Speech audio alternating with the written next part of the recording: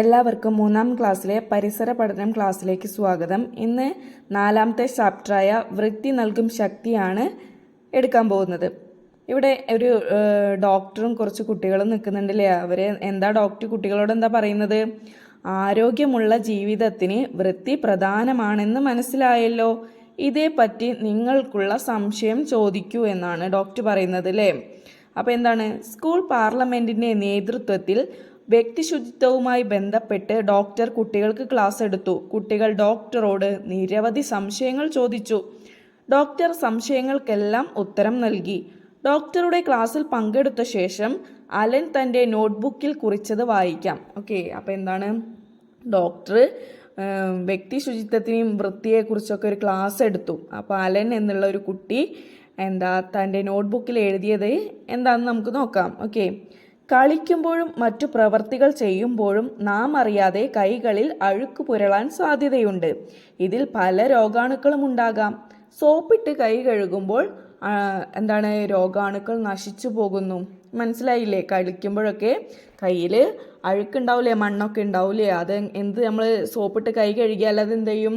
അത് രോഗാണുക്കൾ നശിച്ചു പോകും, നമ്മുടെ കൈ വൃത്തിയാവും അല്ലേ. ഇനി എന്താണ് അടുത്തത്?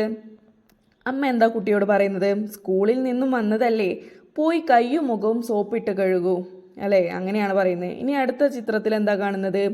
ടോയ്ലറ്റ് ഉപയോഗിച്ചതിന് ശേഷം കൈകൾ സോപ്പിട്ട് കഴുകണം എന്ന് പറയുന്നത് എന്തുകൊണ്ടായിരിക്കാം? എന്തുകൊണ്ടാണ്? അവിടെ കീടാണുക്കളൊക്കെ ഉണ്ടാവില്ലേ, അവയെ നശിപ്പിച്ച് കളയാൻ വേണ്ടിയിട്ടാണ് എന്ത് ചെയ്യുന്നത്? നമ്മൾ സോപ്പിട്ട് കൈ കഴുകുന്നത്. ഓക്കെ, ചിത്രങ്ങൾ കണ്ടല്ലോ അല്ലേ എല്ലാവരും. അപ്പം എപ്പോഴൊക്കെയാണ് നാം സോപ്പിട്ട് കൈകൾ കഴുകി വൃത്തിയാക്കേണ്ടത്? ഭക്ഷണം കഴിക്കുന്നതിന് മുൻപ് അല്ലേ. ഭക്ഷണം കഴിക്കുന്നതിന് മുൻപ് എന്താണ്? കൈ കഴുകണം. പിന്നെ ഭക്ഷണം കഴിച്ചു കഴിഞ്ഞതിന് ശേഷം, പിന്നെ ടോയ്ലറ്റ് ഉപയോഗിച്ചതിന് ശേഷം, യാത്ര കഴിഞ്ഞ് മടങ്ങി വരുമ്പോൾ, പിന്നെന്താണ്? നമ്മുടെ വളർത്തു മൃഗങ്ങളൊക്കെ അല്ലേ, നമ്മുടെ വീട്ടിൽ വളർത്തു മൃഗങ്ങളൊക്കെ ഉണ്ടല്ലേ, അവരെ തൊട്ട് കഴിഞ്ഞാൽ എന്താണ്? നമുക്ക് കൈ സോപ്പിട്ട് കഴുകേണ്ടി വരും. പിന്നെന്താണ്? മാലിന്യ വസ്തുക്കളൊക്കെ കൈകാര്യം ചെയ്യുമ്പോൾ അല്ലേ, മലിനമായ സാധനങ്ങളൊക്കെ നമ്മൾ തൊട്ട് കഴിഞ്ഞാൽ എന്താണ്? കൈ സോപ്പിട്ട് കഴുകണം. ഓക്കെ, നെക്സ്റ്റ് എന്താണ്? വൃത്തിയുള്ള കൈകൾ. കൂട്ടുകാരെ, നിങ്ങളുടെ കൈകൾ വൃത്തിയുള്ളതാണോ? നമുക്കൊന്ന് പരിശോധിച്ചാലോ? ഒരു ബക്കറ്റിൽ വെള്ളം എടുക്കുക. അതിൽ ഒരു ഗ്ലാസ് വെള്ളമെടുത്ത് മേശപ്പുറത്ത് മാറ്റിവെക്കുക. കൈ കഴുകിയ വെള്ളം ശേഖരിക്കാനായി ഒരു ഒഴിഞ്ഞ ബക്കറ്റ് എടുക്കുക. ഓരോരുത്തരായി ഒഴിഞ്ഞ ബക്കറ്റിലേക്ക് കൈകൾ കഴുകുക. എല്ലാവരും കൈകൾ കഴുകിയതിന് ശേഷം കഴുകിയ വെള്ളം ശേഖരിച്ച ബക്കറ്റിൽ നിന്ന് ഒരു ഗ്ലാസ് വെള്ളം എടുത്ത് ആദ്യം മാറ്റിവെച്ച ഗ്ലാസ്സിനടുത്ത് വയ്ക്കുക. ഇനി 2 ഗ്ലാസ്സിലെയും വെള്ളം താരതമ്യം ചെയ്യുക. എന്താണ് നിങ്ങളുടെ കണ്ടെത്തൽ? എങ്ങനെയാണ് പറഞ്ഞത്? അപ്പോൾ നിങ്ങൾ കൈ കഴുകിയ ബക്കറ്റിൽ നിന്നുള്ള ഒരു ഗ്ലാസ് വെള്ളവും ഒരു ശുദ്ധമായ വെള്ളവും എടുത്തിട്ട് വെക്കുമ്പോൾ അതിൽ നിന്നുള്ള മാറ്റം എന്താണെന്നാണ് ചോദിക്കുന്നത്. ഇപ്പോൾ നിങ്ങൾ എങ്ങനെയാണ് കൈ കഴുകിയത്? എങ്ങനെയാണ് കൈ വൃത്തിയായി കഴുകേണ്ടത്? അതിനൊരു രീതി ഉണ്ട് അല്ലേ. കൈ കഴുകുന്നത് വൃത്തിയായി കൈ കഴുകാനൊരു രീതിയുണ്ട്. കൈ കഴുകലിൻ്റെ ഘട്ടങ്ങൾ ചിത്രീകരിച്ചിരിക്കുന്നത് നിരീക്ഷിക്കൂ. അപ്പോൾ താഴെ ഒരു 6 ഘട്ടങ്ങളായിട്ട് കൈ വൃത്തിയായി കഴുകേണ്ട രീതി കൊടുത്തിട്ടുണ്ട്. ആദ്യത്തെ രീതി എന്താണ്? കൈകൾ നനച്ച് സോപ്പ് പതപ്പിക്കുക. രണ്ടാമത്തത് കൈവെള്ളകൾ കൂട്ടിത്തിരുമ്മി വൃത്തിയാക്കുക. കൈകളുടെ പിറകുവശവും വിരലുകൾക്കിടയിലും വൃത്തിയാക്കുക.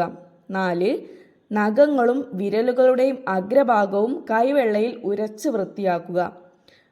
5, വിരലുകളും കൈക്കുഴകളും മറുകൈ ഉപയോഗിച്ച് വൃത്താകൃതിയിൽ തിരുമ്മി വൃത്തിയാക്കുക. 6, ഒഴുകുന്ന വെള്ളത്തിൽ കൈകൾ നന്നായി കഴുകി വൃത്തിയുള്ള തുണി കൊണ്ട് തുടയ്ക്കുക. ഇങ്ങനെ ഒരു 6 സ്റ്റെപ്പ് കൊണ്ടാണ് നമ്മൾ കൈ വൃത്തിയായി കഴുകേണ്ടത്. അപ്പോൾ നിങ്ങളെല്ലാവരും അങ്ങനെ തന്നെയല്ലേ ചെയ്യാറുള്ളത്? ഇല്ലെങ്കിൽ അങ്ങനെയാണ് കൈകൾ കഴുകേണ്ടത്. ഓക്കെ, ഇനി നെക്സ്റ്റ് പേജിൽ എന്താ പറയുന്നത്? ഒരു കുട്ടി ഉണ്ടല്ലേ, 2 കൈകൾ ഇങ്ങനെ കാണിച്ചു തന്നിട്ട് എന്താ പറയുന്നത്? ഇതാ എൻ്റെ വൃത്തിയുള്ള കൈകൾ, ഞാൻ നഖം വെട്ടി വൃത്തിയാക്കി അല്ലേ. കുട്ടി കൈ എന്താ പറയുന്നത്? നഖം വെട്ടിയപ്പോൾ എന്താണ്? നഖം വെട്ടി കൈ വൃത്തിയാക്കി എന്നാണ് പറയുന്നത്. കൈകൾ പൂർണ്ണമായി വൃത്തിയുള്ളതാവണമെങ്കിൽ കൈകളിലെ നഖം വെട്ടി വൃത്തിയാക്കണം. അല്ലെങ്കിൽ നഖത്തിനടിയിൽ അടിഞ്ഞുകൂടുന്ന അഴുക്കുകൾ ഭക്ഷണത്തോടൊപ്പം ശരീരത്തിനുള്ളിലെത്തും. എന്താ പറയുന്നത്, നമ്മൾ നഖം ഒന്നും വെട്ടിയിട്ടില്ലെങ്കിൽ എന്താണ്, നഖത്തിനടിയിൽ ഒരു കറുപ്പ് കളറിൽ ചളിയൊക്കെ അല്ലേ, നമ്മൾ മണ്ണിലൊക്കെ കളിച്ചു കഴിഞ്ഞാൽ നമ്മുടെ നഖത്തിനടിയിൽ ഒരു കറുപ്പ് കളറിൽ അഴുക്കടിഞ്ഞു കൂടും. അതെന്ത് ചെയ്യും, നമ്മൾ ഭക്ഷണം കഴിക്കുമ്പോൾ ഈ വായിലൂടെ ചെന്നിട്ട് ഭക്ഷണത്തിൻ്റെ ഒപ്പം നമ്മുടെ ശരീരത്തിനുള്ളിലെത്തും അല്ലേ. അപ്പോൾ അങ്ങനെ ചെയ്താൽ എന്താണ്, നമുക്ക് നല്ല പൂർണ്ണമായിട്ടുള്ള ആരോഗ്യം ഉണ്ടാവില്ല. അപ്പോൾ നമ്മൾ എന്ത് ചെയ്യണം, കയ്യിലെ നഖങ്ങളൊക്കെ വെട്ടി വൃത്തിയാക്കണം എന്നാണ് പറയുന്നത്. ഓക്കെ, കുട്ടികളുടെ മറ്റു സംശയങ്ങൾക്ക് ഡോക്ടർ നൽകിയ ഉത്തരങ്ങൾ കൂടി അലൻ തൻ്റെ ബുക്കിൽ എഴുതിയിരിക്കുന്നു. അതുകൂടി നമുക്ക് വായിക്കാം. എന്താണ്, അലന് മറ്റുള്ള കുട്ടികൾക്ക് ഡോക്ടർ കൊടുത്ത സംശയങ്ങൾ കൂടെ ആൻസർ കൂടെ ഇതിൽ എഴുതിയിട്ടുണ്ട്. അതെന്താ നമുക്ക് നോക്കാം. ഓക്കെ, വൃത്തിയില്ലാത്തതോ അഴുക്കു പുരണ്ടതോ നനഞ്ഞതോ ആയ വസ്ത്രങ്ങൾ ധരിക്കരുത്. ഇവയിൽ രോഗാണുക്കൾ വളരും. അങ്ങനെ ചൊറി, ചുണങ്ങ് തുടങ്ങിയ രോഗങ്ങളുണ്ടാവും. അപ്പം നിങ്ങൾ നനഞ്ഞ ഡ്രസ്സുകൾ ധരിക്കലുണ്ടോ? മഴക്കാലത്തൊക്കെ നമുക്ക് വസ്ത്രങ്ങൾ ഉണങ്ങാൻ ഭയങ്കര ബുദ്ധിമുട്ടാണ്. എന്നാൽ പോലും അങ്ങനെ നനഞ്ഞ ഡ്രസ്സുകൾ ധരിക്കരുത് എന്നാണല്ലേ പറയുന്നത് ഇവിടെ. രാവിലെ ഭക്ഷണത്തിന് മുൻപും രാത്രിയിൽ ഭക്ഷണത്തിന് ശേഷവും പല്ലുകൾ ബ്രഷ് ചെയ്ത് വൃത്തിയാക്കണം. അല്ലെങ്കിൽ പല്ലുകൾക്ക് കേടുവരാം. അപ്പോൾ നിങ്ങൾ അങ്ങനെ ചെയ്യാറുണ്ടോ? പല്ല് 2 നേരം തേക്കണം. ഓക്കെ, മാസ്ക് ധരിക്കുന്നത് എന്തിനാണ് എന്ന സംശയത്തിനുള്ള ഉത്തരം അലൻ എഴുതാൻ വിട്ടുപോയി. അലനെ നിങ്ങൾ സഹായിക്കാമോ എന്നാ ചോദിക്കുന്നത്. എന്തിനാണ് മാസ്ക് ധരിക്കുന്നത്? മലിനീകരണത്തിൽ നിന്നും സംരക്ഷണം നൽകുന്നു അല്ലേ. മാസ്ക് നമ്മൾ ഈ വേസ്റ്റുകളൊക്കെ കത്തിച്ച പുകയെന്നൊക്കെ നമ്മൾ രക്ഷപ്പെടാൻ വേണ്ടിയിട്ട് മാസ്ക് ഉപയോഗിക്കും. പിന്നെയോ അലർജി പോലുള്ള രോഗങ്ങളിൽ നിന്നും നമ്മളെ രോഗങ്ങളിൽ നിന്നും അത് കുറയ്ക്കുന്നു അല്ലേ. ഇത് ഉപയോഗിച്ച് കഴിഞ്ഞാൽ നമുക്ക് എന്താണ് പൊടിപടലങ്ങളൊന്നും നമ്മുടെ മൂക്കിലേക്ക് കയറി നമുക്ക് അലർജി പോലുള്ള അസുഖങ്ങൾ ഉണ്ടാവില്ല. പിന്നെയോ അസുഖം വരുന്നതിൽ നിന്നും രക്ഷിക്കുന്നു. മറ്റ് അസുഖങ്ങളൊക്കെ നമുക്ക് വരുന്നതിൽ നിന്നും നമ്മളെ രക്ഷിക്കുന്നു. പിന്നെ അണുക്കൾ പടരുന്നതിനെ തടയുന്നു. അണുക്കൾ എന്ന് പറഞ്ഞാൽ അസുഖങ്ങൾ ഉണ്ടാകുമ്പോൾ നമ്മുടെ ശരീരത്തിൽ എന്താവും, അണുക്കൾ ഉണ്ടാവും. ഇത് തുമ്മുമ്പോഴും തുപ്പുമ്പോഴൊക്കെ എന്താണ്, മറ്റുള്ളവർക്ക് പകരും അല്ലേ. അങ്ങനെ പകരാതിരിക്കാൻ വേണ്ടിയിട്ടും നമ്മൾ എന്ത് ചെയ്യും, മാസ്ക് ഉപയോഗിക്കും. നെക്സ്റ്റ് എന്താണ്, വൃത്തിയുള്ള പല്ലുകൾ. പല്ലുകൾ വൃത്തിയാക്കേണ്ടതിൻ്റെ പ്രാധാന്യം നിങ്ങൾക്കറിയാമല്ലോ. നമ്മുടെ പല്ല് തേക്കൽ ശരിയായ രീതിയിലാണോ? ചിത്രം നിരീക്ഷിക്കൂ. നമ്മൾ പല്ല് തേക്കുന്നത് ശരിയായ താഴെ കാണിച്ചിരിക്കുന്ന രീതിയിലാണോ എന്ന് നമുക്ക് നോക്കാം. ഓക്കെ, ഫസ്റ്റ് എന്താ ചെയ്യേണ്ടത്, ബ്രഷ് ചരിച്ച് പിടിക്കുക. ചിത്രത്തിൽ കാണുന്ന പോലെ ബ്രഷ് ചരിച്ച് പിടിക്കുക. പിന്നെയോ മുന്നോട്ടും പിന്നോട്ടും ബ്രഷ് ചെയ്യുക. പിന്നെന്താ ചെയ്യേണ്ടത്, മുകൾ നിരയിലെ പല്ലുകൾ മുകളിൽ നിന്നും താഴോട്ടും കീഴ്നിരയിലെ പല്ലുകൾ താഴെ നിന്നും മുകളിലോട്ടും ബ്രഷ് ചെയ്യുക. പിന്നെയോ ചവയ്ക്കാൻ ഉപയോഗിക്കുന്ന പല്ലുകളുടെ പ്രതലം മുകൾ ഭാഗം മുന്നോട്ടും പിന്നോട്ടും നന്നായി ബ്രഷ് ചെയ്യുക. ഓക്കെ, ഇനിയോ പല്ലുകളുടെ അകവശവും ബ്രഷ് ചെയ്യുക. പിന്നെയോ ബ്രഷ് ഉപയോഗിച്ച് തന്നെ നാവും വൃത്തിയാക്കുക. ഈ ഒരു രീതിയിലാണ് നമ്മൾ പല്ല് തേക്കേണ്ടത്. അപ്പോൾ ഇനി എല്ലാവരും ഇതുപോലെ പല്ല് തേക്കാൻ ശ്രമിക്കുക. ഓക്കെ, പല്ല് തേക്കലിൻ്റെ ശരിയായ രീതി ക്ലാസ്സിൽ അവതരിപ്പിക്കൂ. ഇത് എങ്ങനെയാണ് പല്ല് തേക്കുന്നത് എന്നുള്ളതിൻ്റെ രീതി നിങ്ങൾ ക്ലാസ്സിൽ അവതരിപ്പിച്ച് കാണിക്കണം. ഓക്കെ, വൃത്തിയുള്ള ശരീരം വൃത്തിയാക്കുന്നതിന് കുളി അത്യാവശ്യമാണ്. നിങ്ങൾ കുളിക്കുന്ന രീതി ആംഗ്യത്തിലൂടെ അവതരിപ്പിക്കാമോ? എങ്ങനെയാണ് നിങ്ങൾ കുളിക്കുന്നത് എന്നുള്ളതിൻ്റെ രീതി ആംഗ്യത്തിലൂടെ ക്ലാസ്സിൽ അവതരിപ്പിക്കാനാണ് പറയുന്നത്. കുളിക്കുമ്പോൾ എന്തെല്ലാം കാര്യങ്ങളാണ് ശ്രദ്ധിക്കേണ്ടത്? എല്ലാ ദിവസവും കുളിക്കണം. ശരീരഭാഗങ്ങൾ നന്നായി സോപ്പിട്ട് കഴുകി വൃത്തിയാക്കണം. പിന്നെയോ മലിനമായ വെള്ളത്തിൽ കുളിക്കരുത്.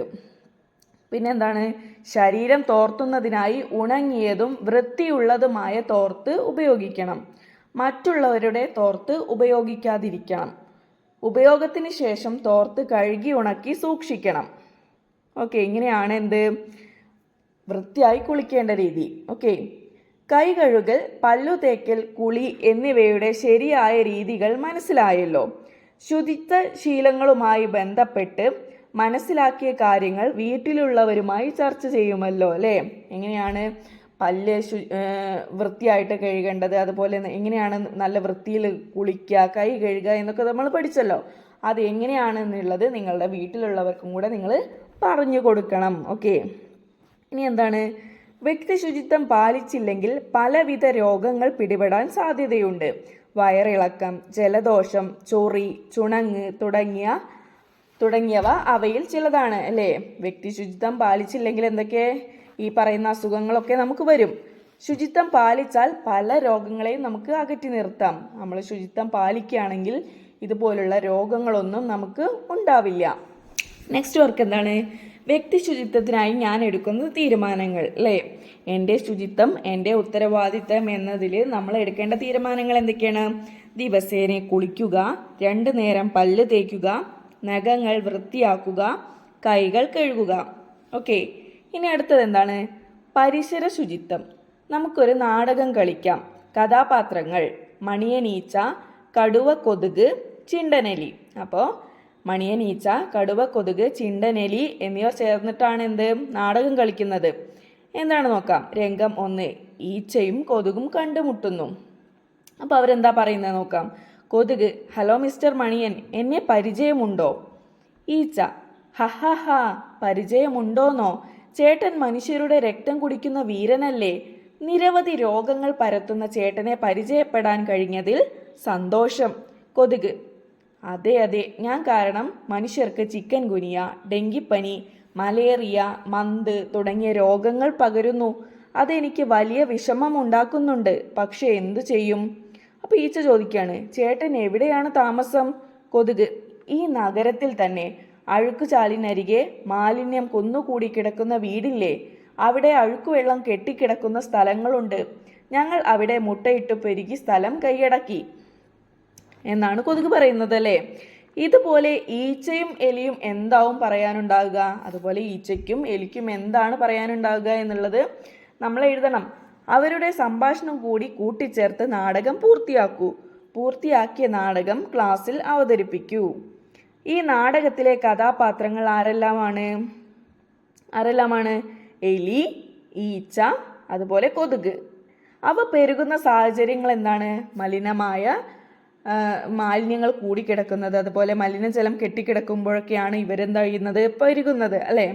അവ മനുഷ്യർക്കുണ്ടാക്കുന്ന പ്രശ്നങ്ങൾ എന്തെല്ലാമാണ്? അവ പെരുകുമ്പോൾ നമുക്ക് അസുഖങ്ങൾ ഉണ്ടാവും, തുടർന്ന് നമ്മൾ മരണപ്പെടാൻ സാധ്യതയുണ്ട് അല്ലേ. അടുത്തത് എന്താണ്?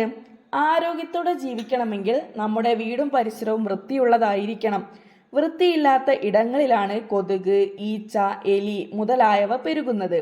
ഇത്തരം ജീവികൾ പെരുകുന്നതാണ് പല രോഗങ്ങളും പടരാൻ കാരണമാവുന്നത് അല്ലേ. അപ്പം നമ്മുടെ വീടും പരിസരമൊക്കെ എന്താണ്? നമ്മൾ വൃത്തിയുള്ളതാക്കണമെങ്കിൽ എന്താണ്? നമുക്ക് പല രോഗങ്ങളും ഉണ്ടാവില്ല, നമ്മൾ ആരോഗ്യമായിട്ട് ഇരിക്കും അല്ലേ. നമുക്ക് നല്ല ആരോഗ്യം ഉണ്ടായിരിക്കും അല്ലേ. ഇനി അടുത്ത എന്താണ്? ഒരു പേപ്പർ കട്ടിങ് കാണുന്നുണ്ടോ? എന്താ നോക്കാം. പകർച്ചവ്യാധികളെ പ്രതിരോധിക്കുക എന്ന ലക്ഷ്യത്തോടു കൂടി ഗ്രാമപഞ്ചായത്തിന്റെ നേതൃത്വത്തിൽ എല്ലാ വാർഡുകളിലും ഡ്രൈ ഡേ പ്രവർത്തനങ്ങൾ നടത്തി. പഞ്ചായത്തിലെ വിവിധ വാർഡുകളിൽ ഡെങ്കിപ്പനി റിപ്പോർട്ട് ചെയ്തതിനാൽ രോഗാണുവാഹകരായ കൊതുകുകൾ പകരുന്നത് തടയുന്നതിനാണ് ശുചീകരണ പ്രവർത്തനങ്ങൾ നടത്തിയത്. എന്താണ് പേപ്പറിൽ പറയുന്നത്? ഡ്രൈ ഡേ ആചരിച്ചു അല്ലേ. ഡ്രൈ ഡേയിലെ പ്രവർത്തനങ്ങൾ ഒരു ഗ്രാമപഞ്ചായത്തിൽ നടത്തി. എന്തിനാണ്? അവിടെ ഡെങ്കിപ്പനി പകരുന്നുണ്ട് അല്ലേ. അപ്പോൾ അത് ഡെങ്കിപ്പനി പകർത്തുന്നത് ആരാണ്? കൊതുകുകളാണ്. അപ്പോൾ അവരെ തടയുന്നതിന് വേണ്ടി നമ്മുടെ പരിസരം ശുചീകരിക്കുന്നതിൻ്റെ വാർത്തയാണ് കൊടുത്തിരിക്കുന്നത്. വാർത്ത വായിച്ചല്ലോ. എന്താണ് ഡ്രൈ ഡേ പ്രവർത്തനങ്ങൾ എന്നതുകൊണ്ട് ഉദ്ദേശിക്കുന്നത്? എന്താണ് ഡ്രൈ ഡേ പ്രവർത്തനങ്ങൾ എന്നതുകൊണ്ട് ഉദ്ദേശിക്കുന്നത്? നൽകിയിരിക്കുന്ന വിവരണം വായിക്കൂ. അപ്പോൾ നിങ്ങൾക്ക് എന്താണ് ഡ്രൈ ഡേ എന്നറിയോ? നമുക്ക് എന്താണ് ഡ്രൈ ഡേ നോക്കാം. ഡ്രൈ ഡേ: നമ്മുടെ പരിസരത്ത് ഉപേക്ഷിക്കപ്പെട്ട പാത്രങ്ങൾ, ചിരട്ട, ടയർ, കുപ്പി, കുപ്പിയുടെ അടപ്പ്, കളിപ്പാട്ടങ്ങൾ തുടങ്ങിയവ വെള്ളം കെട്ടി നിൽക്കാൻ സാധ്യതയുള്ള ധാരാളം വസ്തുക്കളുണ്ട് അല്ലേ. ഇവയിൽ കൊതുകുകൾ മുട്ടയിടാൻ സാധ്യതയുണ്ട്. 8 ദിവസം കൊണ്ട് മുട്ട വിരിഞ്ഞ് പൂർണ്ണ വളർച്ചയിലെത്തും. അതിനാൽ ഓരോ 7 ദിവസത്തിലും ഇത്തരം വസ്തുക്കളിൽ കെട്ടിക്കിടക്കുന്ന വെള്ളം മറിച്ചു കളയുകയും വെള്ളം കെട്ടിക്കിടക്കാൻ സാധ്യതയുള്ള വസ്തുക്കൾ നീക്കം ചെയ്യുകയും വേണം. ഈ ശുചീകരണ പ്രവർത്തനമാണ് ഡ്രൈ ഡേ. അപ്പോൾ എന്താണ്? നമ്മുടെ തൊടികളിലും പറമ്പിലൊക്കെ പരിസരത്ത് കിടക്കുന്ന ചിരട്ട, ടയർ, കുപ്പി, അതുപോലെ നിങ്ങളെ കളിപ്പാട്ടങ്ങളൊക്കെ നിങ്ങൾ വലിച്ചെറിയൂലേ, അതൊക്കെ എന്താണ്? അത് തൊടിയിൽ കിടന്ന് മഴ പെയ്യുമ്പോൾ അതിൽ വെള്ളം നിൽക്കും. ആ വെള്ളം നിന്ന് കഴിഞ്ഞാൽ അതിലെന്ത് ചെയ്യും? കൊതുക് മുട്ടയിടും. കൊതുക് മുട്ടയിട്ട് 8 ദിവസം കഴിഞ്ഞാൽ എന്താണ്, കൊതുകുകൾ പെരുകൂലേ, മുട്ട വിരിഞ്ഞ് കൊതുകുകൾ പെരുകും. അവരെന്താണ് നമുക്ക് രോഗങ്ങൾ പകർത്തും. അങ്ങനെയാണ് നമുക്ക് അസുഖങ്ങൾ ഉണ്ടാകുന്നത്. അപ്പോൾ അങ്ങനെ അസുഖങ്ങൾ വരാതിരിക്കാൻ വേണ്ടിയിട്ട് ഇതുപോലുള്ള ചിരട്ട, കുപ്പി, നിങ്ങളെ കളിപ്പാട്ടങ്ങളൊക്കെ എന്ത് ചെയ്യാണ്, അതൊക്കെ അതിലെ വെള്ളം നീക്കം ചെയ്യുകയാണ്. അല്ലെങ്കിൽ അതുപോലുള്ള സാധനങ്ങൾ നമ്മൾ പെറുക്കി മാറ്റുന്ന പ്രവർത്തനത്തെയാണ് നമ്മൾ ഡ്രൈ ഡേ എന്ന് പറയുന്നത്. ഓക്കെ. ജലത്തിലൂടെയും രോഗം പകരാം. പരിസര പ്രദേശങ്ങളിൽ കെട്ടിക്കിടക്കുന്ന മലിനജലത്തിലൂടെയും ശുദ്ധമല്ലാത്ത കുടിവെള്ളത്തിലൂടെയും രോഗങ്ങൾ വരാൻ സാധ്യതയുണ്ട്. വയറിളക്കം, മഞ്ഞപ്പിത്തം, കോളറ, ടൈഫോയിഡ് തുടങ്ങിയ രോഗങ്ങൾ ജലത്തിലൂടെ പകരാറുണ്ട്. ഏതൊക്കെ രോഗങ്ങളാണ് ജലത്തിലൂടെ പകരുന്നത്? വയറിളക്കം, മഞ്ഞപ്പിത്തം, കോളറ, ടൈഫോയിഡ് അല്ലേ? ഈ രോഗങ്ങളൊക്കെ എന്താണ്, ജലത്തിലൂടെയാണ് പകരുന്നത്. ഈ രോഗങ്ങൾ വരാതിരിക്കാൻ നമുക്ക് എന്തെല്ലാം മുൻകരുതലുകൾ എടുക്കാം? ഇങ്ങനെ രോഗങ്ങൾ വരാതിരിക്കാൻ വേണ്ടിയിട്ട് എന്തെല്ലാം മുൻകരുതലുകളാണ് നമ്മൾ എടുക്കുക? എന്താണ്? കുടിക്കാൻ തിളപ്പിച്ചാറിയ ജലം ഉപയോഗിക്കുക അല്ലേ? എന്താണ്, നമ്മൾ വെള്ളം കുടിക്കുമ്പോൾ എന്താണ്, അത് തിളപ്പിച്ചാറിയ വെള്ളം കുടിക്കുക. പിന്നെ എന്താണ്, വ്യക്തി ശുചിത്വം പാലിക്കുക അല്ലേ? നമ്മൾ എന്താണ് ഇങ്ങനത്തെ അസുഖങ്ങൾ വരാതിരിക്കാൻ വ്യക്തി ശുചിത്വം അല്ലേ? നമ്മൾ ദിവസേന കുളിക്കുക, പല്ല് തേക്കുക എന്നൊക്കെ പറഞ്ഞു തന്നില്ലേ? അതുപോലുള്ള കാര്യങ്ങൾ ചെയ്യാം. പിന്നെയോ, ഭക്ഷണം വൃത്തിയുള്ളതും പാകം ചെയ്തതുമാണെന്ന് ഉറപ്പുവരുത്തുക അല്ലേ? നമ്മൾ ഭക്ഷണങ്ങൾ നന്നായിട്ട് വേവിച്ചിട്ട് കഴിക്കുക, അത് വൃത്തിയുള്ളതാണ്, അതിൽ അഴുക്കുകളും മാലിന്യങ്ങളൊന്നും ഇല്ല എന്നുള്ളത് ഉറപ്പുവരുത്തുക. ഓക്കെ. നെക്സ്റ്റ് എന്താണ്? പാനീയ ചികിത്സ. വയറിളക്ക രോഗങ്ങൾ ഉണ്ടായാൽ നമ്മുടെ ശരീരത്തിലെ ജലാംശം നഷ്ടപ്പെടുന്നു അല്ലേ? വയറിളക്കം ഉണ്ടായി കഴിഞ്ഞാൽ നമ്മൾ ഭയങ്കരമായിട്ട് ക്ഷീണിക്കൂല്ലേ? നമ്മുടെ ശരീരത്തിലെ വെള്ളത്തിൻ്റെ അംശം ഇല്ലാതാവുമ്പോഴാണ് നമുക്ക് ക്ഷീണം വരുന്നത്. നഷ്ടപ്പെട്ട ജലാംശം ശരീരത്തിന് തിരിച്ചു നൽകണം. ഇതിനായി താഴെ പറയുന്ന രോഗിക്ക് കൊടുക്കാം. എന്നാണ് താഴെ പറയുന്ന കാര്യങ്ങൾ രോഗിക്ക്, അസുഖം വന്നവർക്ക് കൊടുക്കുകയാണെങ്കിൽ എന്താണ്, ഈ നഷ്ടപ്പെട്ട ജലാംശം നമുക്ക് ശരീരത്തിന് തിരിച്ചു നൽകാം. ഓക്കെ. എന്തൊക്കെ കാര്യങ്ങളാണ് ചെയ്യാം?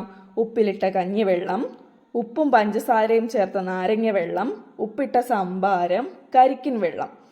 പ്രാഥമികാരോഗ്യ കേന്ദ്രത്തിൽ നിന്നും ലഭിക്കുന്ന ORS തിളപ്പിച്ചാറിയ ജലത്തിൽ കലക്കി ഇടയ്ക്കിടയ്ക്ക് നൽകുകയും ചെയ്യണം അല്ലേ? ORS ലായനി ഇടയ്ക്കിടയ്ക്ക് കുടിക്കുമ്പോൾ നമുക്ക് എന്താണ്, ജലാംശം വീണ്ടെടുക്കാൻ പറ്റും. നമ്മുടെ അസുഖത്തിൽ നിന്നും പെട്ടെന്ന് മോചനം ലഭിക്കും അല്ലേ? നമുക്ക് പെട്ടെന്ന് അസുഖം മാറും. ഓക്കെ. നെക്സ്റ്റ്, എൻ്റെ വിദ്യാലയം ശുചിത്വ വിദ്യാലയം. ഈ വിദ്യാലയത്തിൻ്റെ പ്രത്യേകതകൾ എന്തെല്ലാം? ഇവിടെ ഒരു പിക്ചർ കാണുന്നുണ്ട് അല്ലേ? ഒരു ചിത്രം കാണുന്നുണ്ട്.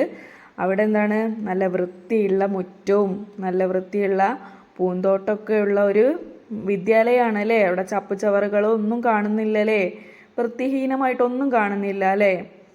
നമ്മുടെ വിദ്യാലയം വൃത്തിയുള്ളതാണോ എന്ന് വിലയിരുത്താം. ഇവിടെ താഴെ ഒരു പട്ടിക തന്നിട്ടുണ്ട്. അതിൽ ടിക്ക് ചെയ്യാൻ അല്ലേ, ശരി അല്ലെങ്കിൽ തെറ്റിട്ട് കൊടുക്കാനാണ് പറയുന്നത് കേട്ടോ. അപ്പോൾ എൻ്റെ വിദ്യാലയം, വിദ്യാലയ പരിസരം, നിങ്ങളെ വിദ്യാലയത്തിൻ്റെ പരിസരം എങ്ങനെയാണെന്നുണ്ടെങ്കിൽ ചപ്പുചവറുകൾ കൂടിക്കിടക്കുന്നില്ല. അപ്പോൾ കൂടിക്കിടക്കുന്നില്ല എങ്കിൽ അവിടെ ശരി ഇട്ട് കൊടുക്കുക. കൂടിക്കിടക്കുന്നുണ്ടെങ്കിൽ അവിടെ തെറ്റിട്ട് കൊടുക്കുക. ഓക്കെ. പിന്നെ എന്താണ്, വെള്ളം കെട്ടിക്കിടക്കുന്നില്ല, പ്ലാസ്റ്റിക് മാലിന്യങ്ങളില്ല, മാലിന്യങ്ങളെ തരംതിരിച്ച് നിക്ഷേപിക്കാനുള്ള മാലിന്യ കൂടുകളുണ്ട്. ഇനി എന്താണ്, ക്ലാസ് മുറി എങ്ങനെയാവണം? മാറാല, അതുപോലെ ചപ്പുചവറുകൾ എന്നിവ ഇല്ല. ചാർട്ടുകൾ പോലുള്ള പഠനോപകരണങ്ങൾ പൊടി പിടിച്ചതല്ല. മാലിന്യങ്ങൾ തരം തിരിച്ച് നിക്ഷേപിക്കുന്നതിനുള്ള മാലിന്യ കൂടുകളുണ്ട്. ഇങ്ങനെയായിരിക്കണം എന്ത്, ക്ലാസ് മുറിയുടെ പ്രത്യേകതകൾ ഇതൊക്കെയാണ് പറയുന്നത്. അത് നിങ്ങളെ ക്ലാസ് എങ്ങനെയാണ് എന്നുള്ളെങ്കിൽ അതിന് ടിക്ക് ചെയ്യുക അല്ലെങ്കിൽ തെറ്റിട്ട് കൊടുക്കുക. ഓക്കെ. ഇനി അടുത്തത് പാചകപ്പുര. പാത്രങ്ങൾ വൃത്തിയുള്ളതാണ്, മലിനജലം കെട്ടിക്കിടക്കുന്നില്ല, ഭക്ഷണാവശിഷ്ടങ്ങൾ ചിതറിക്കിടക്കുന്നില്ല. ഓക്കെ. ഇനി അടുത്തത് മൂത്രപ്പുര, കക്കൂസ്. വൃത്തിയുള്ളതാണ്, ആവശ്യത്തിന് വെള്ളം ലഭ്യമാണ്. അതാണ് നിങ്ങളുടെ വിദ്യാലയത്തിൻ്റെ കുറിച്ച് വിലയിരുത്തേണ്ട കാര്യങ്ങൾ. ഓക്കെ. വിദ്യാലയത്തിലെ മറ്റു സ്ഥലങ്ങളായ മൈതാനം, കൈ കഴുകുന്ന ഇടങ്ങൾ, ഉദ്യാനം എന്നിവ നിരീക്ഷിക്കുന്നതിന് എന്തെല്ലാം കാര്യങ്ങൾ പട്ടികയിൽ കൂട്ടിച്ചേർക്കാം? പട്ടിക പൂർത്തിയാക്കി കണ്ടെത്തലുകൾ അവതരിപ്പിക്കൂ. ഇതുപോലെ എന്താണ്, കൈ കഴുകുന്ന സ്ഥലം അല്ലേ, നമ്മൾ ഭക്ഷണം കഴിച്ചിട്ട് കൈ കഴുകുന്ന സ്ഥലങ്ങൾ, അതുപോലെ മൈതാനം, ഗ്രൗണ്ട്, ഉദ്യാനം, പൂന്തോട്ടമൊക്കെ എന്താണ്, എങ്ങനെയാണ് എന്നുള്ളത് കൂടെ ഇതുപോലെ പട്ടികപ്പെടുത്തി അവതരിപ്പിക്കണം. ഓക്കെ, നമ്മുടെ സ്കൂൾ പരിസരത്ത് എവിടെല്ലാമായാണ് കൂടുതൽ മാലിന്യങ്ങൾ കാണപ്പെടുന്നത്? നിങ്ങളുടെ സ്കൂളിൽ ഏറ്റവും കൂടുതൽ മാലിന്യങ്ങൾ, അതായത് ചപ്പുചവറുകളൊക്കെ എവിടെയാണ് കാണപ്പെടുന്നത്? സ്കൂളിൻ്റെ രേഖാചിത്രം തയ്യാറാക്കി കൂടുതൽ മാലിന്യമുള്ള സ്ഥലങ്ങൾ ചുവപ്പ് നിറത്തിലും കുറഞ്ഞ മാലിന്യമുള്ള സ്ഥലങ്ങൾ മഞ്ഞ നിറത്തിലും വൃത്തിയുള്ള സ്ഥലങ്ങൾ പച്ച നിറത്തിലും രേഖപ്പെടുത്തുക. ഓക്കെ, അങ്ങനെയാണ് ചെയ്യേണ്ടത്. വിദ്യാലയത്തെ കൂടുതൽ വൃത്തിയുള്ളതാക്കുന്നതിന് ഇനിയും എന്തെല്ലാം ചെയ്യാനാവും? ശുചീകരണ പ്രവർത്തനങ്ങളിൽ നമുക്കും പങ്കാളികളാവാം. അപ്പോൾ എന്തൊക്കെയാണ് വിദ്യാലയം വൃത്തിയുള്ളതാക്കാൻ എന്താണ് ചെയ്യേണ്ടത്? നമ്മൾ ചപ്പുചവറുകൾ അതിൻ്റേതായ സ്ഥലത്ത് നിക്ഷേപിക്കണം അല്ലേ? അവിടെ എവിടെയും കൊണ്ട് വലിച്ചെറിയാൻ പാടില്ല. അങ്ങനെയൊക്കെ ചെയ്തു കഴിഞ്ഞാൽ എന്താണ്? വിദ്യാലയം വൃത്തിയുള്ളതാവും അല്ലേ? ഇനി എന്താണ്? മാലിന്യങ്ങളെ തരംതിരിക്കാം. സ്കൂളിൽ മാലിന്യങ്ങളെ തരംതിരിച്ച് നിക്ഷേപിക്കുന്നതിന് വേണ്ടി മാലിന്യക്കൂടുകൾ വെച്ചിട്ടുള്ളത് നിങ്ങൾ കണ്ടിട്ടില്ലേ? നിങ്ങളുടെ സ്കൂളിൽ അതുപോലെ തരംതിരിച്ച് വെക്കുവാനായിട്ട് മാലിന്യക്കൂടുകളുണ്ടോ? എന്താണ് മാലിന്യക്കൂടുകൾ തരംതിരിച്ച് വെക്കുന്നത്? ഇതാ ഇവിടെ കണ്ടോ, പിക്ചറിൽ കണ്ടില്ലേ? അജൈവ മാലിന്യം, അതുപോലെ ജൈവ മാലിന്യം, അപകടകരമായ മാലിന്യം. ഇതുപോലെ ആണ് മാലിന്യങ്ങൾ തരംതിരിച്ച് വെക്കുന്നത്. അപ്പോൾ നിങ്ങളുടെ സ്കൂളിൽ ഇതുപോലെ ഉണ്ടോയെന്നാണ് ചോദിക്കുന്നത്. അപ്പോൾ ഇവിടെ ഒരു കുട്ടി പറയുന്നുണ്ട്. എന്താ പറയുന്നത്? ആ കുട്ടി ഇങ്ങനെ ചിന്തിക്കുകയാണല്ലേ, ഈ വേസ്റ്റ് ബോക്സ് കണ്ടിട്ട് എന്താ പറയുന്നത്? എല്ലാ മാലിന്യങ്ങളും ഒരു പാത്രത്തിലിട്ടാൽ പോരെയെന്ന്. എന്തിനങ്ങനെ 3 വെച്ചിരിക്കുന്നത്? എല്ലാം കൂടെ ഒന്നിലിട്ടാൽ പോരെയെന്നാണ് കുട്ടി ചിന്തിക്കുന്നത്. എന്തുകൊണ്ടായിരിക്കും എല്ലാ മാലിന്യങ്ങളും ഒരുമിച്ച് ഇടാത്തത്? പലതരം മാലിന്യങ്ങൾ ഉണ്ടല്ലേ, അതുകൊണ്ടാണ് ഇവയെ ഒരുമിച്ച് ഇടാത്തത്. അപ്പോൾ ഇനി ഇവിടെ താഴെ എന്താണ് ആ ബോക്സിൽ എഴുതിയിരിക്കുന്നത് നമുക്ക് വായിച്ചു നോക്കാം. മണ്ണിൽ അഴുകിച്ചേരുന്നതും അല്ലാത്തതുമായ മാലിന്യങ്ങളുണ്ട്. ഭക്ഷണത്തിൻ്റെയും പച്ചക്കറിയുടെയും അവശിഷ്ടങ്ങൾ പോലുള്ള അഴുകുന്ന വസ്തുക്കളെ ജൈവ മാലിന്യങ്ങൾ എന്നും പ്ലാസ്റ്റിക് പോലുള്ള അഴുകാത്ത വസ്തുക്കളെ അജൈവ മാലിന്യങ്ങൾ എന്നും പറയുന്നു. എന്താണ്? പച്ചക്കറി, പഴങ്ങൾ എന്നിവയുടെയൊക്കെ വേസ്റ്റ് എന്താണ്? മണ്ണിൽ അലിഞ്ഞു ചേരുന്നതുകൊണ്ടാണ് അതിനെ ജൈവ മാലിന്യങ്ങൾ എന്ന് പറയുന്നത്. നമ്മുടെ മിഠായിയുടെ കവറും പ്ലാസ്റ്റിക് വസ്തുക്കളൊക്കെ മണ്ണിൽ അലിഞ്ഞു ചേരുന്നുണ്ടോ? ഇല്ല. അതുകൊണ്ട് അതിനെ അജൈവ മാലിന്യങ്ങൾ എന്ന് പറയുന്നു. ഇലക്ട്രോണിക് അവശിഷ്ടങ്ങൾ, ഉപയോഗശൂന്യമായ മരുന്നുകൾ, ബൾബുകൾ തുടങ്ങിയവയാണ് അപകടകരമായ മാലിന്യങ്ങൾ. ഇത് മണ്ണിലിട്ടാൽ എന്താണ്? വലിയ അപകടങ്ങൾ സൃഷ്ടിക്കും. ഓക്കെ, ഇനി നെക്സ്റ്റ് എന്താണ്? ഭക്ഷണാവശിഷ്ടങ്ങളെ വളമാക്കാം. വീട്ടിലും സ്കൂളിലും ഉണ്ടാകുന്ന ഭക്ഷണാവശിഷ്ടങ്ങൾ നമുക്ക് എന്ത് ചെയ്യാൻ കഴിയും? എന്ത് ചെയ്യാം? നമുക്കൊരു കമ്പോസ്റ്റ് കുഴി ഉണ്ടാക്കിയിട്ട് അതിനെ വളമാക്കി മാറ്റാം.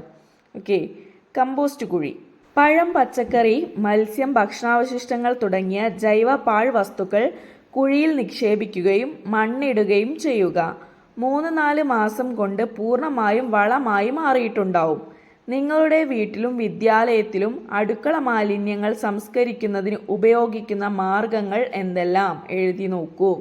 നിങ്ങളെ വീട്ടിലും അതുപോലെ സ്കൂളിലൊക്കെ പച്ചക്കറിയുടെയും പഴങ്ങളുടെയൊക്കെ വേസ്റ്റ് ഉണ്ടാവില്ലേ?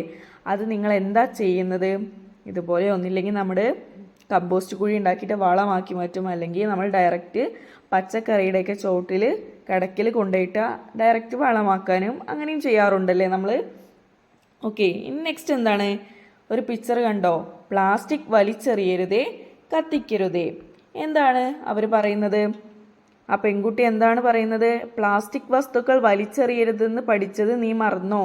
അവർ ബസ്സിൽ പോകുമ്പോൾ ആ ആൺകുട്ടി എന്താ ചെയ്യുന്നത്? ഒരു വെള്ളക്കുപ്പി എടുത്ത് പുറത്തേക്ക് എറിയാന്നല്ലേ. അപ്പോൾ ആ പെൺകുട്ടി പറയാണ്, നമ്മൾ പ്ലാസ്റ്റിക് വസ്തുക്കൾ വലിച്ചെറിയരുതെന്ന് പഠിച്ചിട്ടില്ലേ, അത് നീ മറന്നു പോയോ എന്നാ ചോദിക്കുന്നത്. പ്ലാസ്റ്റിക് വസ്തുക്കൾ വലിച്ചെറിയരുതെന്ന് പറയുന്നത് എന്തുകൊണ്ടാണ്? എന്തൊക്കെയാണ്? അത് പരിസ്ഥിതിയെ മലിനമാക്കും അല്ലേ? പിന്നെ പലതരം രോഗങ്ങളുണ്ടാവും. ഇത് വലിച്ചെറിഞ്ഞ് പരിസ്ഥിതി മലിനമായി കഴിഞ്ഞാൽ പലതരം രോഗങ്ങളുണ്ടാവും. പിന്നെയോ ജന്തുക്കൾക്ക് ജീവഹാനി ഉണ്ടാവും. ജന്തുക്കളും അങ്ങനെ ജീവജാലങ്ങളൊക്കെ മരിച്ചു പോകും. അവരത് കഴിച്ച് അറിയാതെ എന്തെങ്കിലും വയറ്റിലകപ്പെട്ടിട്ട് അവർക്ക് മരണം സംഭവിക്കും എന്നാണ് പറയുന്നത്. ചിത്രത്തിൽ കാണുന്നത് എന്താണ്? എന്താണ് ചിത്രത്തിൽ കാണുന്നത്? അവിടെ പ്ലാസ്റ്റിക്കുകളൊക്കെ കുന്നു കൂട്ടിയിട്ടിട്ട് കത്തിക്കുകയാണ് അല്ലേ? എന്താണ്? അപ്പോൾ വലിയ തോതിൽ പുകയൊക്കെ അന്തരീക്ഷത്തിൽ ഉയർന്നു പൊങ്ങുന്നുണ്ടല്ലേ ആ കുട്ടി. അതിലൂടെ ഒരു കുട്ടി നടന്നു പോകുന്നുണ്ട്. എങ്ങനെയാ പോകുന്നത്? മൂക്കൊക്കെ പൊത്തി പിടിച്ചിട്ടാണ് പോകുന്നത്, അതിൻ്റെ മണം സഹിക്കാൻ പറ്റാഞ്ഞിട്ട് അല്ലേ. പ്ലാസ്റ്റിക് കത്തിക്കുന്നത് മൂലമുണ്ടാകുന്ന പ്രശ്നങ്ങൾ എന്തെല്ലാമാണ്? അത് വായു മലിനീകരണത്തിന് കാരണമാവൂലേ. എന്താണ്, വായുവിൽ ചീത്ത മണമായിരിക്കൂലേ പ്ലാസ്റ്റിക് കത്തിച്ച് കഴിഞ്ഞാൽ. അതുപോലെ എന്താണ്, അസുഖങ്ങൾ പിടിപെടും. ഈ മണമൊക്കെ നമ്മൾ ശ്വസിച്ച് കഴിഞ്ഞാൽ നമുക്ക് ഓരോ അസുഖങ്ങൾ വരും അല്ലേ. അതുപോലെ ഇനിയുള്ള കാര്യങ്ങൾ നിങ്ങൾ ക്ലാസ്സിൽ ചർച്ച ചെയ്യണം. ഓക്കെ, നെക്സ്റ്റ് എന്താണ്, പ്ലാസ്റ്റിക് നമ്മുടെ ജീവിതത്തെ ഒഴിവാക്കാനാവാത്ത ഒരു വസ്തുവായി മാറിയിരിക്കുന്നു. എന്നാൽ അവ ചുറ്റുപാടിലേക്ക് വലിച്ചെറിയുകയോ കത്തിക്കുകയോ ചെയ്താൽ പല ആരോഗ്യ പ്രശ്നങ്ങളും ഉണ്ടാകും. ഒറ്റത്തവണ ഉപയോഗിച്ച് വലിച്ചെറിയുന്ന പ്ലാസ്റ്റിക് ക്യാരി ബാഗുകൾ, പ്ലാസ്റ്റിക് കുപ്പികൾ എന്നിവയുടെ ഉപയോഗം പരമാവധി കുറയ്ക്കണം. പ്ലാസ്റ്റിക് മാലിന്യങ്ങൾ പരിസരത്തേക്ക് വലിച്ചെറിയാതെ തരംതിരിച്ച് ഇവ സംസ്കരിക്കുന്നതിനായി ശേഖരിക്കുന്നവർക്ക് കൈമാറണം. എന്താ പറയുന്നത്, നമ്മൾ എന്ത് സാധനങ്ങൾ ഇന്ന് വാങ്ങിക്കുകയാണെങ്കിലും അതൊക്കെ എന്താണ്, പ്ലാസ്റ്റിക് കവറിലാണല്ലേ കിട്ടുന്നത്. അത് നമുക്ക് ഒരിക്കലും ഒഴിവാക്കാനോ നിർത്താനോ പറ്റുന്നില്ല അല്ലേ. അപ്പോൾ എന്താണ്, അങ്ങനെ കിട്ടിയാൽ കൂടി അതെന്ത് ചെയ്യണം, വലിച്ചെറിയോ അല്ലെങ്കിൽ കത്തിക്കോ ഒന്നും ചെയ്യരുത്. അങ്ങനെ കത്തിച്ചാൽ നമുക്ക് ഒരുപാട് ആരോഗ്യ പ്രശ്നങ്ങളുണ്ടാകും. പിന്നെന്താണ്, നമ്മുടെ ഒരു പ്രാവശ്യം മാത്രം ഉപയോഗിച്ച് കളയാൻ പറ്റിയ കുപ്പികളും അതുപോലെ കവറുകളൊക്കെ ഉണ്ട്, നമ്മുടെ കടകളിൽ നിന്ന് കിട്ടും. അങ്ങനത്തെ സാധനങ്ങളൊക്കെ വാങ്ങുന്നത് പരമാവധി കുറയ്ക്കുക. എന്നിട്ട് എന്ത് ചെയ്യുക, നമ്മുടെ പ്ലാസ്റ്റിക് സഞ്ചികൾ അങ്ങനത്തെ ഒരുപാട് കാലം യൂസ് ചെയ്യാൻ പറ്റിയ സാധനങ്ങൾ വാങ്ങിക്കുക. എന്നിട്ട് ഈ പ്ലാസ്റ്റിക് മാലിന്യങ്ങൾ എന്ത് ചെയ്യണം, മുറ്റത്തേക്കൊന്നും വലിച്ചെറിയാതെ അവ തരംതിരിച്ച് വെക്കണം അല്ലേ. നമ്മൾ അപകടകരമായ മാലിന്യങ്ങൾ, അജൈവ മാലിന്യങ്ങൾ എന്നൊക്കെ പഠിച്ചല്ലോ. ഇതുപോലെ തരംതിരിച്ച് വെച്ചിട്ട് ഇപ്പം നമ്മുടെ വീട്ടിലൂടെയൊക്കെ ഹരിതകർമ്മസേനയൊക്കെ വരുന്നുണ്ട് അല്ലേ, അവർക്ക് കൊടുക്കാം അല്ലേ, അതാ പറയുന്നത്.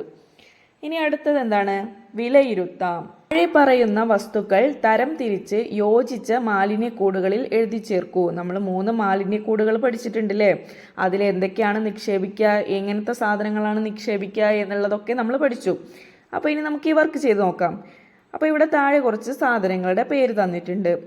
എന്തൊക്കെയാണ്, PVC പൈപ്പ്, പഴം, കീടനാശിനി കുപ്പികൾ, പച്ചക്കറി അവശിഷ്ടങ്ങൾ, പ്ലാസ്റ്റിക് ബോട്ടിലുകൾ, പഴയ ബാറ്ററി, ഉപയോഗശൂന്യമായ ബൾബുകൾ, ഭക്ഷണാവശിഷ്ടങ്ങൾ, പ്ലാസ്റ്റിക് കവറുകൾ. അപ്പോൾ ഇത് ഏതിലൊക്കെ വരും? അജൈവ മാലിന്യങ്ങൾ. എന്താണ്, മണ്ണിൽ ലയിച്ചു ചേരാൻ കഴിയാത്ത സാധനങ്ങളെയാണ് നമ്മൾ അജൈവ മാലിന്യങ്ങൾ എന്ന് പറയുന്നത് അല്ലേ. ഏതൊക്കെയാണ്? PVC പൈപ്പ്, അതുപോലെ എന്താണ്, പ്ലാസ്റ്റിക് ബോട്ടിലുകൾ, പിന്നെ എന്താണ്, പ്ലാസ്റ്റിക് കവറുകൾ അല്ലേ. ഇനി ജൈവ മാലിന്യങ്ങൾ. എന്താണ് ജൈവ മാലിന്യങ്ങൾ എന്ന് പറഞ്ഞാൽ? മണ്ണിൽ അലിഞ്ഞു ചേർന്ന് പോകുന്ന സാധനങ്ങളെയാണ് നമ്മൾ ജൈവ മാലിന്യങ്ങൾ എന്ന് വിളിക്കുന്നത് അല്ലേ. അപ്പോൾ ഇതിൽ ഏതൊക്കെയാണ് മണ്ണിൽ അലിഞ്ഞു ചേരുന്നത്? പഴം, പച്ചക്കറി അവശിഷ്ടങ്ങൾ, പിന്നെ എന്താണ്, ഭക്ഷണാവശിഷ്ടങ്ങൾ അല്ലേ. ഇനി എന്താണ് അടുത്തത്? അപകടകരമായ മാലിന്യങ്ങൾ. എന്താണ്? കീടനാശിനി കുപ്പികൾ അല്ലേ. പിന്നെ എന്താണ്? പഴയ ബാറ്ററി. പിന്നെ എന്താണ്? ഉപയോഗശൂന്യമായ ബൾബുകൾ. അതൊക്കെയാണ് എന്ത്? അപകടകരമായ മാലിന്യങ്ങൾ അല്ലേ. ഇനി രണ്ടാമത്തെ പ്രവർത്തനം എന്താണ്? വീടും പരിസരവും വൃത്തിയുള്ളതാണോ എന്നറിയുന്നതിനുള്ള ഒരു നിരീക്ഷണ പട്ടിക തയ്യാറാക്കുക. പട്ടികയിലെ വിവരങ്ങളുടെ അടിസ്ഥാനത്തിൽ വീടും പരിസരവും വൃത്തിയാക്കുന്നതിനായി എന്തെല്ലാം പ്രവർത്തനങ്ങളാണ് നടപ്പിലാക്കിയത്? റിപ്പോർട്ട് തയ്യാറാക്കുക. എന്താണ്? നിങ്ങളുടെ വീടും പരിസരവും വൃത്തിയാണോ എന്നറിയാൻ വേണ്ടി നമ്മളൊരു പട്ടിക തയ്യാറാക്കണം. നമ്മൾ നേരത്തെ സ്കൂളിൻ്റെ ചെയ്തില്ലേ, അതുപോലെ വീടിൻ്റെതും ചെയ്യണം. അതിനു വേണ്ടി നിങ്ങളോട് ഒരു പട്ടിക തയ്യാറാക്കാനാണ് പറയുന്നത്. അപ്പോൾ എന്താണ്? പട്ടികയിലെ വിവരങ്ങളുടെ അടിസ്ഥാനത്തിൽ വീടും പരിസരവും വൃത്തിയാക്കുന്നതിനായിട്ട് എന്തെല്ലാം പ്രവർത്തനങ്ങളാണ് നടപ്പിലാക്കിയത്? എന്താണ്? നമ്മൾ ആകെ ക്ലീൻ ചെയ്യണം അല്ലേ. അതെന്തൊക്കെയാണ് ചെയ്തത് എന്നുള്ളത് എഴുതാനാണ് പറയുന്നത്. ഓക്കെ, അടുത്ത പ്രവർത്തനം എന്താണ്? തുടർ പ്രവർത്തനങ്ങൾ അല്ലേ. ഒന്നാമത്തെ പ്രവർത്തനം എന്താണ്? കടലാസ്, തീപ്പെട്ടിക്കൂട്, വളപ്പൊട്ട്, കുപ്പിയുടെ അടപ്പ്, പേന, പ്ലാസ്റ്റിക് കുപ്പി, തുണികൾ, ടിന്ന് തുടങ്ങിയ നിങ്ങളുടെ വീട്ടിലുണ്ടാകുന്ന പാഴ്വസ്തുക്കൾ ഉപയോഗിച്ച് അലങ്കാര വസ്തുക്കൾ, ചെടിച്ചട്ടികൾ തുടങ്ങിയ ഉപകാരപ്രദമായ വസ്തുക്കൾ നിർമ്മിക്കാനാണ് പറയുന്നത്. ഓക്കെ, നിങ്ങൾക്ക് മനസ്സിലായോ? ഈ സാധനങ്ങളൊക്കെ ഉപയോഗിച്ചിട്ട് വേറെ എന്തെങ്കിലും പുതിയതായിട്ടുള്ള അലങ്കാര വസ്തുക്കൾ അതുപോലെ ചെടിച്ചട്ടികളൊക്കെ നിർമ്മിച്ചെടുക്കാൻ പറ്റും. അത് അങ്ങനെ ചെയ്യാനാണ് പറയുന്നത്. ഓക്കെ, രണ്ടാമത്തെ വർക്ക് എന്താണ്? ഭക്ഷണാവശിഷ്ടങ്ങളാണോ പ്ലാസ്റ്റിക് വസ്തുക്കളാണോ മണ്ണിൽ അഴുകിച്ചേരുന്നത് എന്നറിയുന്നതിനു വേണ്ടി ഒരു പരീക്ഷണം ചെയ്ത് കുറിപ്പ് തയ്യാറാക്കുക. എന്താണ് അതെങ്ങനെ നമുക്ക് ചെയ്യാൻ പറ്റും? ഒരു 2 ചെടിച്ചട്ടി എടുത്തിട്ട് അതിൽ മണ്ണ് നിറയ്ക്കുക. എന്നിട്ട് കുറച്ച് ഭക്ഷണാവശിഷ്ടങ്ങൾ ഒരു ചട്ടിയിൽ 1-2 മിഠായി കവറും ഇട്ട് വയ്ക്കുക. കുറച്ച് ദിവസം അത് നിരീക്ഷിക്കുമ്പോൾ ഏതാണ് മണ്ണിൽ അലിഞ്ഞു പോകുന്നത്, അലിഞ്ഞു പോവാത്തത് ഏതാണെന്നുള്ളത് നിങ്ങൾക്ക് കണ്ടെത്താൻ പറ്റും. ഓക്കെ, അപ്പോൾ ഇത്രയുമാണ് നമ്മുടെ 4ാമത്തെ ചാപ്റ്ററായ വൃത്തി നൽകും ശക്തി എന്നതിൽ നമുക്ക് പഠിക്കാനുള്ളത്. അപ്പോൾ ഇതുവരെയുള്ള പാഠഭാഗങ്ങൾ എല്ലാവർക്കും മനസ്സിലായെന്ന് വിചാരിക്കുന്നു. ഇതിൽ പറഞ്ഞ പ്രവർത്തനങ്ങളൊക്കെ എല്ലാവരും ചെയ്തു നോക്കാം. അപ്പം നമ്മൾ ഈ പാഠഭാഗത്ത് എന്താണ് പഠിച്ചത്? വ്യക്തി ശുചിത്വം പോലെ തന്നെ പരിസര ശുചിത്വം കൂടെ ഉണ്ടെങ്കിൽ മാത്രമേ നമുക്ക് എന്തുള്ളൂ, നല്ല ആരോഗ്യമുള്ള ഒരു ജീവിതം ഉണ്ടാവുകയുള്ളൂ എന്ന് നമ്മൾ പഠിച്ചു അല്ലേ? അപ്പോൾ എല്ലാവരും ഇതുപോലെ തന്നെ നല്ല വൃത്തിയായിട്ടും ഇരിക്കുക. ഓക്കെ.